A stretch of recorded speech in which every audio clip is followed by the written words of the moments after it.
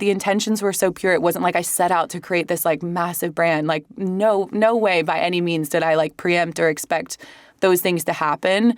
I just wanted to create a place where people felt like they could be themselves. It's a social place, so yeah, it's a social place. A social place. Hello, my name's Emil Nava. Welcome to A Social Place.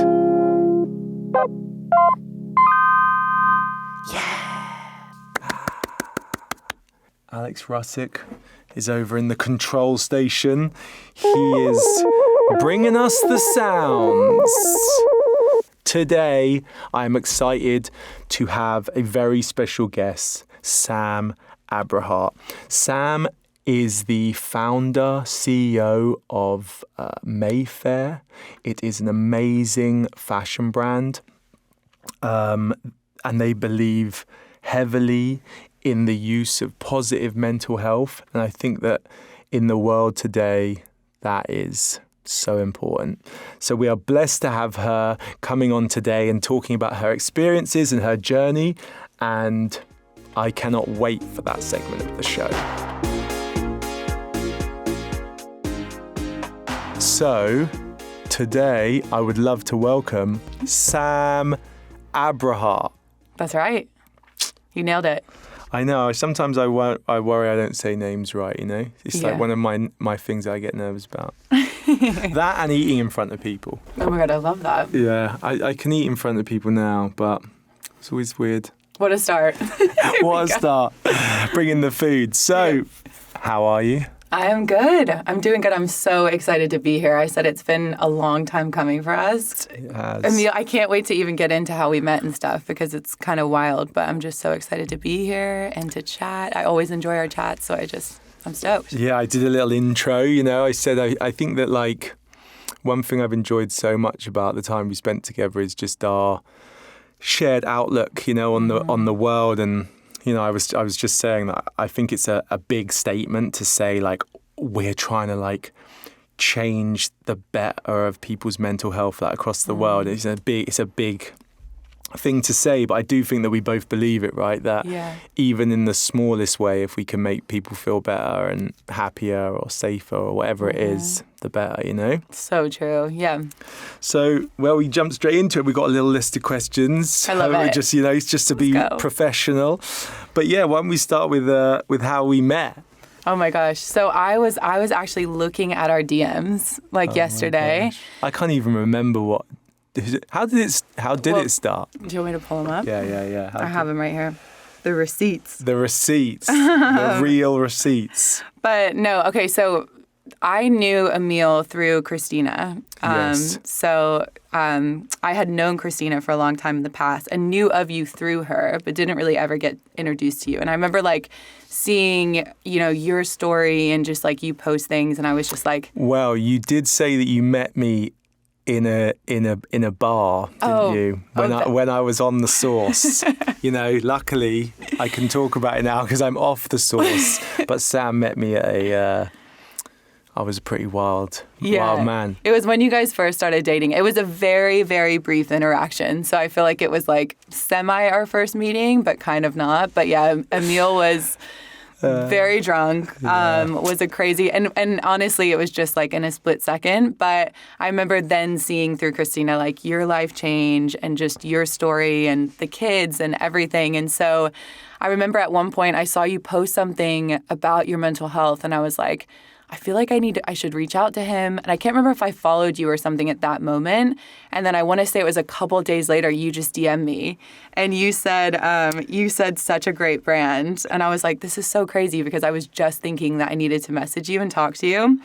And so I just wrote back and was like, let me know if you ever want sweats. And you were like, I always want sweats. And then you go, we should create together. And this is what I said. I go, I would love that. I'm not sure we could afford you. But love your work and would be so down. I must have said I wasn't expensive. You go, I would love to. It's not about the money. Let's make some magic. Well said. See? So, and it's just crazy. Like, since then, me and Emil talk all the time. I feel like you meet those people in your life that are, I call them expansive people, expansive friends. And I feel like you're one of those people to me. Wow, what an expansive friend. Yeah, just because That I is feel a like I good- grow in your presence and I learn in your presence. And every time we have conversations about mental health, I always feel like I walk away from it just learning something and being inspired. So, yeah, I mean, there's been so much that's happened since then, but lots to talk about. Yeah, I think like just to start, I think that like the reason we were so excited about having you on the podcast is because I just feel like what you've created is so amazing. You know, I think that for anyone, I feel, to create a business of any kind, like on their own, obviously they build an amazing team. But at the beginning, as you know, it's just you, right? It's like, it was just me, then an assistant, and da-da-da-da-da. Yeah. But I think that, you know, not only have you created like an amazing business, but you've also created such an amazing kind of culture around your business and like what you're creating and all of that. So yeah, would love for the listeners to know a little bit more about your journey, like and how you built such a strong and amazing brand, you know, in a market that really is kind of oversaturated and a tough market, you know. Yeah. Well, I grew up, I mean, I've always been a huge just business person. I've always been fascinated by this idea of just how you can grow and scale something that can really kind of resonate or impact people. And I think there's a couple different things. One, just that journey of like self-growth and healing. I was always on that journey. And I think the biggest thing to know about me is like I've struggled with mental health illnesses my whole life. I started experiencing depression when I was in high school. It got really bad when I was in college and I had to drop out of school for a while and just kind of like take some time out. I just was feeling in a really dark place. And for the longest time, I couldn't really identify. I didn't even want to identify what it was. I couldn't say the word depressed. I couldn't say the word depression. Those were things that didn't even cross my mind.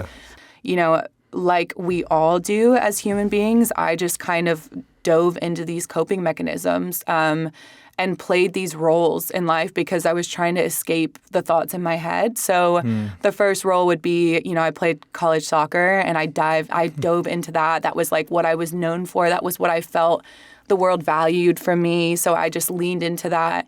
Then it was like my relationship. Then I moved to LA and I was starting to work in fashion and, you know, experienced just a lot of really hard times and escaping as well, right? Escaping. That's what my dad once said to me. It was so poignant. He just like looked at me in the face and he was like, "Why are you always trying to escape?" And I was like, "Fucking hell, Dad, all right." Like, You're like, I'm not ready for this right now. I'm like, okay. Well, I'm like, what about you? Let's talk about you.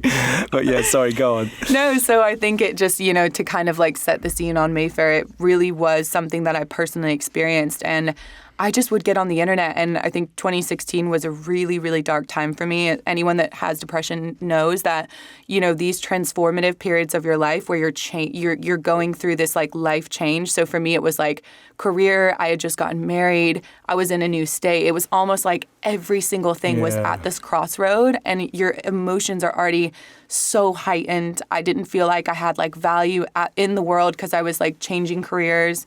And so it just was like, hit me. I was running away for 10 years and it like fucking hit me. Can I cuss on this? Yeah, of course. Sorry. All day. It hit me in 2016 and I was just like, shit. Like I was stopped. I was just navigating this really dark depression. And basically I would get on the internet and it was the most dangerous place in the world to be in 2016. No one was speaking about mental health. It was very much this altered reality era of social media. Everyone's like on a yacht with their best friends, living their best life. I'm like, how are you even affording this yacht? I'm in bed, like trying to cope, survive, you know? So it just, curated lifestyle. Yeah, totally. And I get it because we were all running. Everyone was, you know, and I felt that very much wholeheartedly. I was trying to play all these roles too. So I ideated actually at night this idea of just like an online digital community where people like me felt less alone and people like me felt accepted, and a place where mental health was a conversation that no one shied away from, and just a place where it was all about positive messaging and just like introspection and self-growth and healing and all of these narratives that I was like, wow, why is this not on the internet? Why is there not a place that exists that speaks about those things? And I decided I had loved business, like I said, my whole life. I was the kid that was like reading Richard Branson's autobiography in middle school. My parents were like, what the fuck is is wrong with you? Like, I was obsessed with just like learning about consumer products and things and just kind of like the way people's minds work. And always just had this idea of I wanted to start something. I just never really knew what it would be. And well, you were also so early on it, you know. Yeah. I feel now there's so many people talking about it, and I think it's amazing. Oh, but I have to try and find the really genuine places to talk about it, you know, because there's a lot of conversations. But I feel like for Mayfair, it was like you were so early on it, right? One of the first, I would say. Yeah, and I think something to note is like I didn't really set out to start this like big business. I think, you know, to anyone that has kind of an idea or is driven by something, you know, when you feel like there's something missing in the world, and for me, it was just so intentional. It was so pure of like, I didn't feel like I belonged on the internet, and I wanted to create a place where people felt like they belonged. And so the intentions were so pure. It wasn't like I set out to create this like massive brand. Like no way by any means did I like preempt or expect those things to happen. I just wanted to create a place where people felt like they could be themselves. And so we started in 2017. And by we, I mean, it was in my guest bedroom, me starting kind of doing it. I was, you know, my background was in creative services. So we started as like an agency, but we put a huge emphasis on from the get-go on this messaging. We would put out all this messaging on our Instagram. And I felt long-term that maybe we could build a company out of Mayfair itself, but you know, I had to pay my bills. So it was like, I just did obviously what I could do kind of in the interim to kind of build the business. And over time, as we started to grow, we started to see our content go viral. I think it was 2018. We started the year with like 3,000 followers. And by the end of the year, it was over 300,000. Wow. Our content was just going viral. People were reposting it. People were commenting. They're like, this is what I needed today. Like, this is the message I needed to see. Like, thank you for providing this on social media and kind of providing this place where I feel like there's this messaging that I wake up needing in the morning. And throughout that time, as we started to grow, still not really making money from what we were doing. It was more so the creative agency side that was making money. And this was just kind of like this community we were building. We weren't really sure. I started to obviously hire more of our team members, and I will say Mayfair is a huge credit to the people I have on the team. Like, I can't take credit for hardly anything because we really have the most talented team in the world. And as I started to hire people, and one being my COO, Devin, she really kind of was like the first person that was like, there should be products. Like, all these people are asking for products. What if we could create, you know, this as a bigger catalyst for conversation and change? And so we launched our products on March 8th, 2020. I think there as well, you were so ahead of the game, you know. I think that now, like, the idea that we just were talking about this before you came on, I was doing some of the other kind of segments, and we were saying that, you know, as a creative agency, like we are at Ammolite Studios, you're kind of selling your ideas, you're servicing other brands and stuff like that. But now there's this big move that into like what you did, where you were kind of creating content, but then you were able to create product, and you were able to deliver the messaging of the content,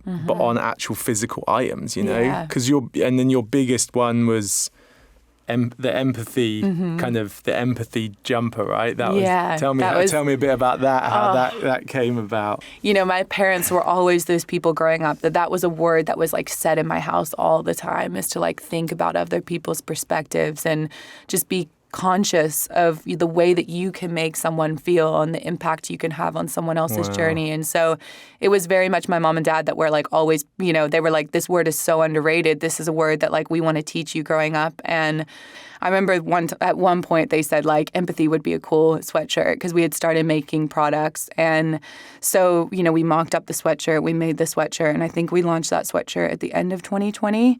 Our community was asking for products. And this is where really Mayfair's business changed, was we launched our products on March 8th, 2020, which was 1 week before the world went into the global pandemic. So it was so bittersweet because it was such a hard time, but at the same time, everything changed for us on that day. We launched our Shopify site and we were selling loungewear during the pandemic, which everyone was working from home. Everyone was wearing sweatpants.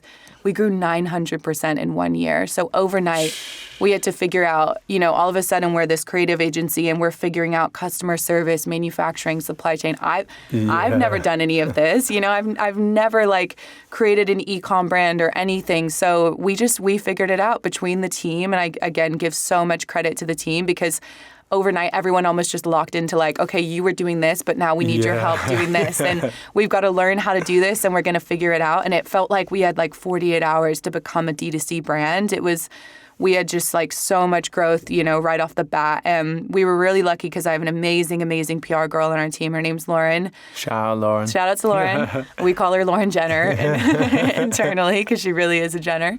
But she's amazing. And she came on board, and empathy was probably her most, like, I think that moment for her was so incredible because that sweatshirt she gifted to a lot of different people. And I think the biggest pivotal moment and one of the most notable moments for Mayfair in terms of press was J-Lo posted it on her grid wearing it. Wow. And I just remember when that morning that J-Lo wore it, Carl ran into my room and woke me up, and I had like millions of messages and stuff. And she posted on her grid explaining the word empathy and what it means to her. And it was just like a full shot of her in like a Mayfair set. Wow. And it just overnight, it was like press. I mean, it was articles. It's like the ultimate press, right? You couldn't do. Yeah. I remember my brother being like, how much did you pay her? I was like, we can't afford J-Lo. Are you kidding me? Like, I was like, she just wore it. Like, she loved it. And I think that's what's been so cool about this journey is, because we've been so pure in what we develop and intentional in the products we develop. It's been amazing to see the people that get behind it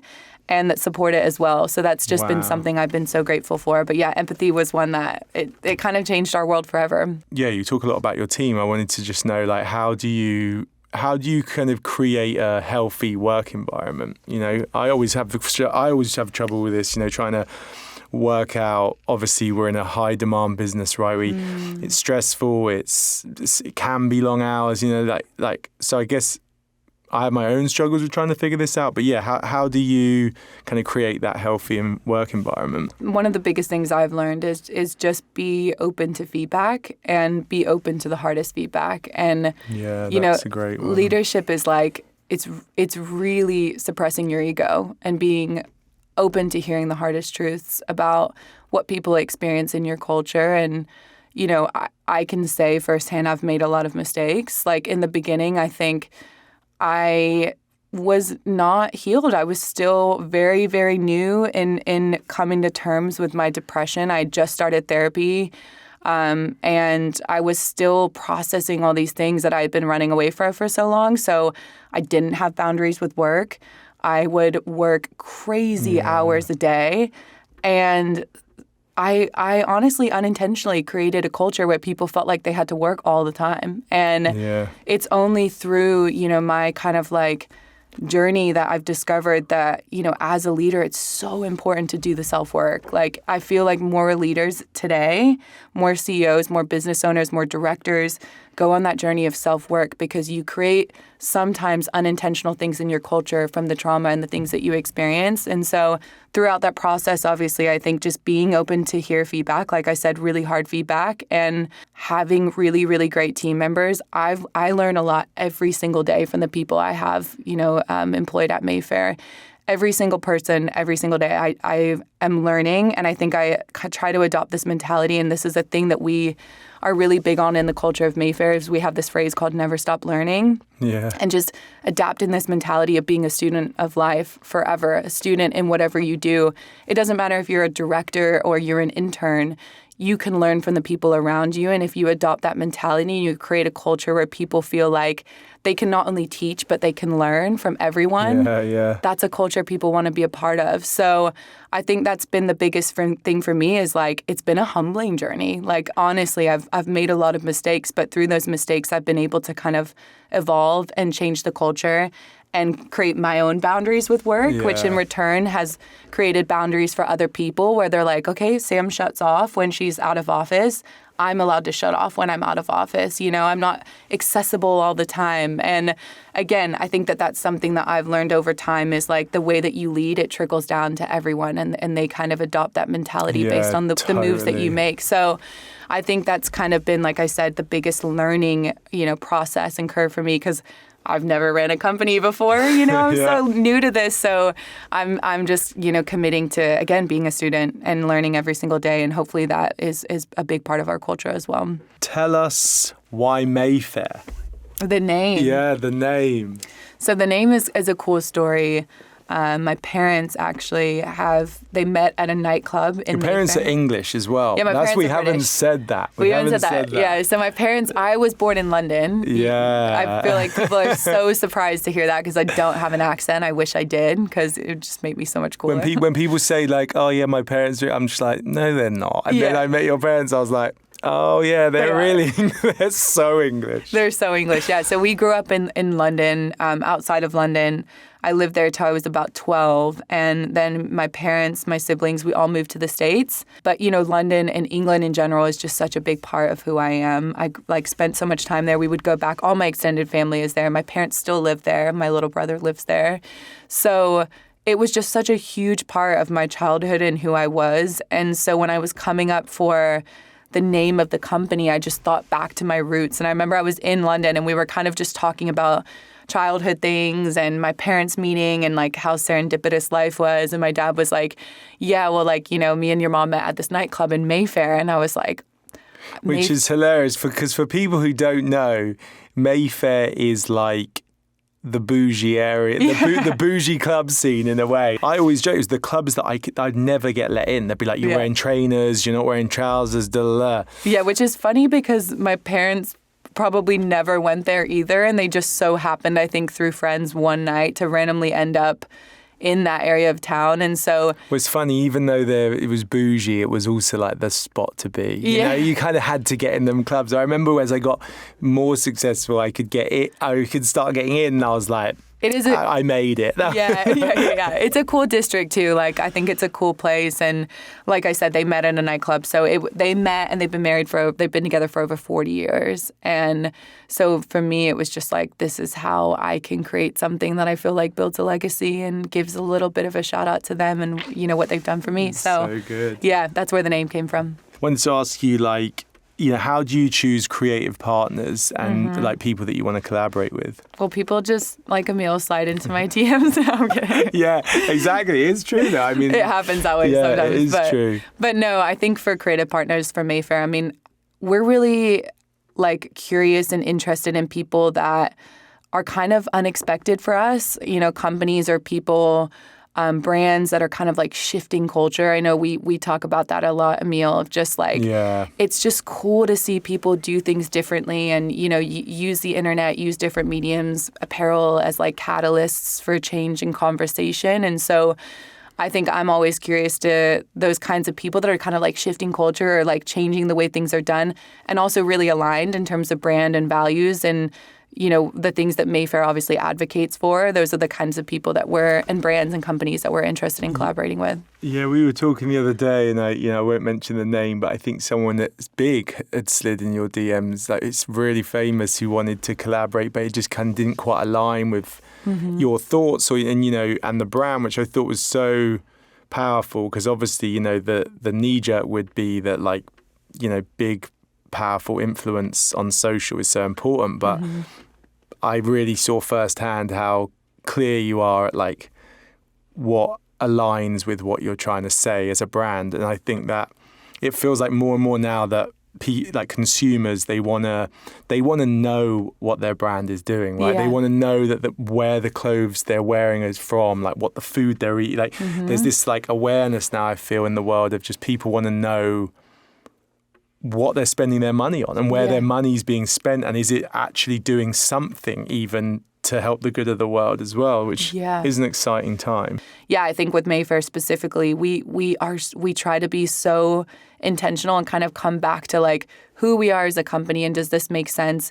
Is this person have something to say? Are they kind of shifting culture, doing something differently? Are they brand aligned? Do they kind of align with our fundamental pillars and who we are? And I think Lauren, again, our PR director, she's so great at just bringing it back to that, making sure that she's always saying too, the people we collaborate with, she loves when they're fans of the brand because they already are supporters of the brand. They believe in the messaging, they believe in the brand, and that makes for a perfect collaboration because they already know Mayfair and they have worn the sweats. They love the product. So yeah, it was just really cool. And I think, we have some really cool unexpected collabs dropping next year. Mayfair Group X Ammolite Studios. We're going to drop it on the part. I mean, it could be coming. could be, it We'll could see. not, it could be, who knows. But yeah, no, it's exciting. And again, with you guys, Emil and Ammolite and the Ammolite team, you guys are doing such incredible things. And I think that the way that you're creating imagery, but you're doing it with intention, and the way that you deliver messaging and visuals, it's always been so inspiring to me. So thank you. Yeah, I mean, well, it's again, cool. I can say the same as you. Like, the team is so amazing at Ammolite, and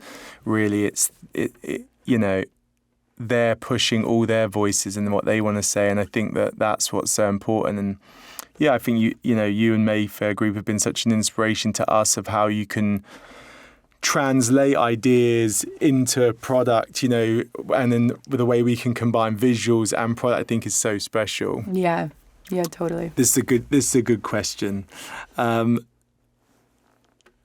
What can you talk us through any moments in your life where you've been like, wow, I've made it?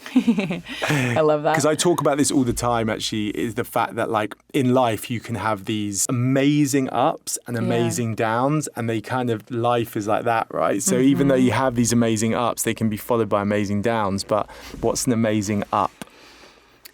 I think the biggest one for me would have been launching the therapy fund. Like that, we this year launched our own therapy fund with My Wellbeing. And, what's so cool with Mayfair is like we get to have these like little impact moments where we create products and we have these experiences, which are probably the most special moments to me, because it takes me back to like younger me that felt alone. And I can just see myself feeling less alone in those moments and understanding why I did it. But, the truth is with mental health, like it comes down to mental health care and support. And so, products and messaging is great, but like how are we moving things forward? How are we supporting people that need access to care? So this year in May of Mental Health Month, basically this year, we launched our own therapy fund with My Wellbeing. And we were able to give people free access to mental health care and therapy, which was... It just was the most incredible moment to kind of be able to do something like that for other people that might not have access to care, which, that's like my biggest dream, was to continue to support in that way too. No, and that's so good, isn't it? I had a lot of conversations recently about how, you can scratch the surface of trying to help and create change, but you have to kind of really get down to the depth of the problem to really try and, figure it out. Yeah. I think like too, there's so many ways to advocate. Like, I've been told, a girl that I know, Meadow, who's a huge advocate in the mental health space, she's like, you don't have to be on the front lines. Like there's people that are on the front lines and will be forever grateful for their service on the front lines. But like everyone can advocate in different ways. And for mental health, for me, it's just like, you can create safe spaces every single day in your conversation. And, I love Emil's messages that he puts out on social media. Like I feel less alone sometimes in my struggle because of the way that you're vulnerable on your Instagram. And I remember the other day, even when you were just saying like you went from having such a good day to such a bad day, and you were so honest about it. And I don't know, I watched that and I was like, I bet you so many people watched this and felt safe in the feeling that they were feeling. And so I think for anyone that's watching this, like you can advocate in your own way. You can advocate in your daily circles in your life. We all want to be on the front lines, but like the reality is like, we all can't be doing that work all the time, but we can do like the daily work and kind of create those spaces. So yeah, I just love what you post on your Instagram. It's always so inspiring to me. It's funny because I think it's a bit of a cliche comment that like, if you can help one person, then that's amazing. And I find them quite hard to do those posts, but I think the reason is just I posted something very light about how I felt, and I remember one person DM'd me and was like, wow, like I needed that today. And I was like, fuck, if just one person can say that. And then the next week I just posted something else that was a bit more open, and then I got like loads more, and I was like, God, there is people out there that just knowing that they're not alone is enough. So I think that, exactly. It's like even the smallest things you can do is impactful, really. Yeah, and Emil and I talk all the time, and I think you said this to me once, and it just hit me so hard because you were like, you have to meet people where they're at. And I remember you said that to me, and I was like, wow, it's a really, really interesting and weighted comment, because when I think back to like 2016, Sam, right? That was in couldn't get out of bed, was on depression medication, you know, hadn't even ventured into therapy yet, was in a really, really dark place.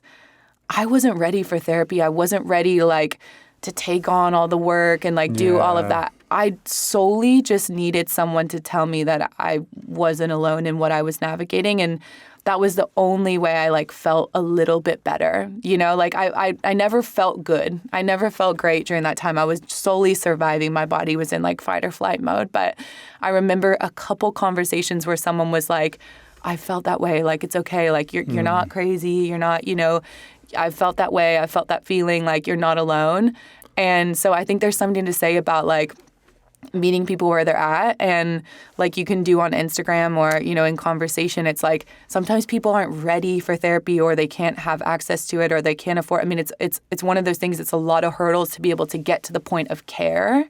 So I think that it is like you got to kind of meet people where they're at, and that's just a really cool thing to think about, because again, those things that we can do on a daily basis. Yeah, I think that one thing we've been trying to do with the podcast especially is to kind of inspire people and kind of, you know, not educate, but just open up the conversation, because a lot of the reasons we wanted to start it was because people were saying, how do I make music videos? How do I get in the industry? How do I do these things? So, you know, for people listening, what do you think the first step for someone would be? You know? Oh my gosh, yeah.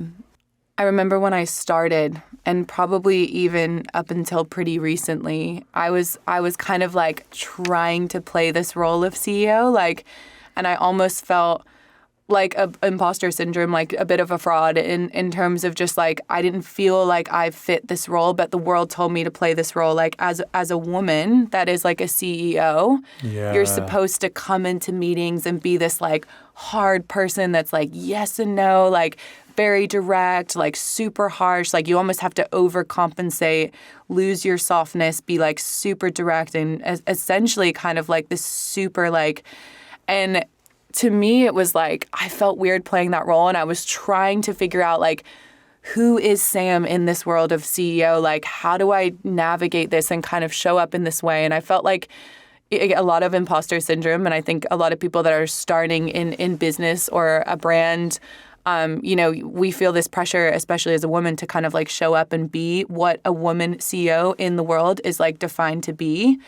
And I had this conversation with this girl one time. Her name's Steph. She's incredible. And she was like, the coolest thing you could ever do is like define a new generation of leadership. She's like, if you change leadership for forever and you show up as like a vulnerable but impactful and decisive leader, she's like, can you imagine how like things could be forever changed? Like post Sam, like people could like know that they can walk into a meeting and just be like, hey guys, like, to be honest, like, I'm feeling a little anxious today. I had a bit of a hard night, like, so I'm going to do the meeting. We're going to do it. We're going to kill it. But, like, I'm just letting you know that, like, this is how I'm feeling, and, like, show up as me. And in return, you hold space and you give people the opportunity to also show up in that way. And you honor them in that way when they do show up a little bit like nervous or they've had a hard day or whatever. You know, it's not like you just have to leave that shit at the door and come to work. Like at Mayfair, we still get our work done. But I think for me, it's been about redefining what a CEO is and showing up in the way that I can change that molds and change that role forever. And I think that advice changed me as a person, because I no longer was playing and fitting the mold of what I thought I needed to be. I was like, I can change this mold forever. And that's really, really inspiring.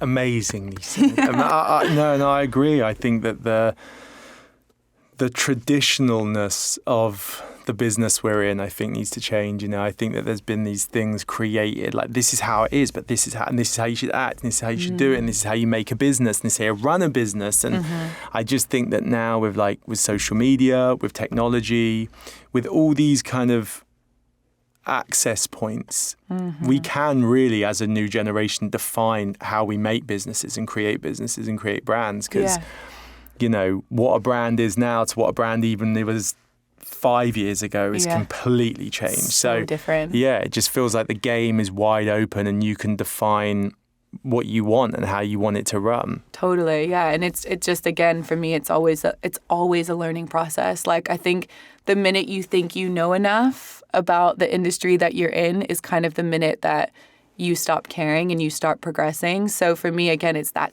forever student mentality in life is like always be open to learn, because you can learn every single day around the people that are around you, the situations you're in. And like, I'm never going to know enough. I don't think I do. I think that's so huge the way you say that and acknowledge that, because it's so true. I always say that about music videos. I'm like, I'm 150 deep or whatever, and I'm still walking on sets and like, God, I'm never going to do that again. Or, exactly. If you can constantly learn and evolve. Yeah, because I think too, just like, coming back to the CEO thing and just the role, like I was saying, like people expect you to be an expert. And like, I don't want to be an expert, like I'm still learning. I'm still on this journey. I've never done this before. So I don't want to be known as an expert. I just want to be known as a person that shows up, is themselves, speaks about mental health on the internet, makes people feel seen and understood for who they are. And like, even now I've started to introduce myself outside of that role of CEO and founder, because it's like, I genuinely just want to be a person that makes people feel seen. Like I said, love for who they are. But it's like, it's one of those things where I think we, again, put so much pressure on those things, but just, you don't have to be the expert. You can just be a student and come into rooms and learn and still be just as impactful. So I love that. Yeah. Ladies and gentlemen, Sam Abrahart. Thank you. Thanks, Emil.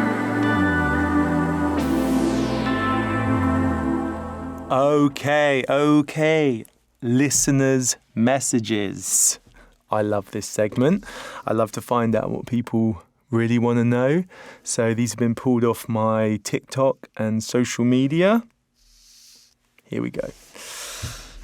From Cami Garrett on TikTok. How do you start making music videos? I always have pictures in my mind for music videos. Great question. To start making music videos, I think you have to just start making music videos. I think that it sounds obvious, but with technology nowadays, you can make a music video on a mobile phone, So I think the best way is to find musicians, local musicians, your friends that are musicians. You can go on social media and find musicians and try and find someone who wants to collaborate with you and make a small video. I think that if you've got ideas, Cami, like you say, then you've got to kind of try and execute those ideas. I always say that an idea is nothing until you make it, So if you can have a simple idea and find a musician that wants to go on a little journey with you, just make something. Okay, next question. Talitha on TikTok. How long do your shoots usually take? Good question. The longest one I've ever done was when I was an assistant back in London, and we shot from 7 a.m. through to 6 a.m. the next morning.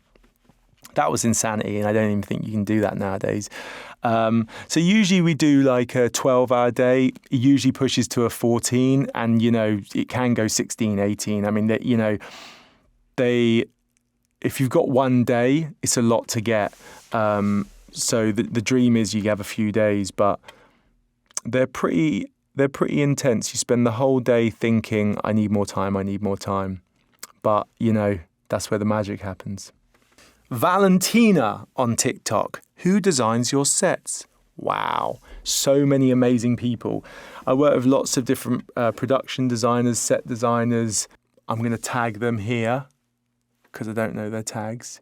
But they're all amazing, and they all bring their own vision and expertise and passion and love to a project. And honestly, I could not do it without them. All right. Moving on. Top 5 of the week. Here we go. Well, I'll start off with running. I've been running a lot this week. It's not very enjoyable. It's not very fun. It's not very exciting. But there is something enjoyable about it, because you just can kind of like set yourself a constant pace and kind of lose your mind a bit and undo some thoughts and just clear your head a bit. I think that just getting your breathing right, I don't know, it's like you feel healthy running. Top 5 of the week. Diary of a CEO. I don't actually know his exact name. Here's his name. but his podcast, A Diary of a CEO, I've been really enjoying it. I think that he talks a lot about, how he runs his businesses, but also, mental health. He has these amazing guests on. I just find him incredibly, just amazing to listen to. And I'm a big fan. Check it out. Big one, crypto and NFTs. Now, I feel they have so many bad connotations. I have so much mixed feeling about it. But this week I've been exploring them again. I've explored them many times and I've kind of dabbled in them. And I think that the idea that we can create utility and experience and ownership is very special. I'm a big believer in creatives owning elements that they create. And I think this is an amazing way. What I would say is I think it's a very interesting space and something to keep a real eye on, especially if you're a creative. You got to just keep an eye on it, know what's going on. I just believe so much in to evolve as a creative, you have to know what is happening in the world, what is new. And this is a very new piece of technology, and I think it's incredibly interesting. The Mayfair Group, obviously, a big thing, having Sam, the CEO and founder, on the show today, and I just love it as a brand. I mean, we speak a lot in the conversation about it, but it's definitely in my top 5 of the week. Go check it out. Cop the Garms, they're popping. And I'll finish with dolphins. Top 5 of the week, dolphins. I was in the ocean this week, and I went under the water. And I was just kind of sitting under the water, and I actually heard the ee of the dolphin, and it was fucking magical. It was magical, just to hear an animal like that and know that it's out there and I'm here. It was a very existential moment. Is that right? Is that the right word? Dolphins, top 5.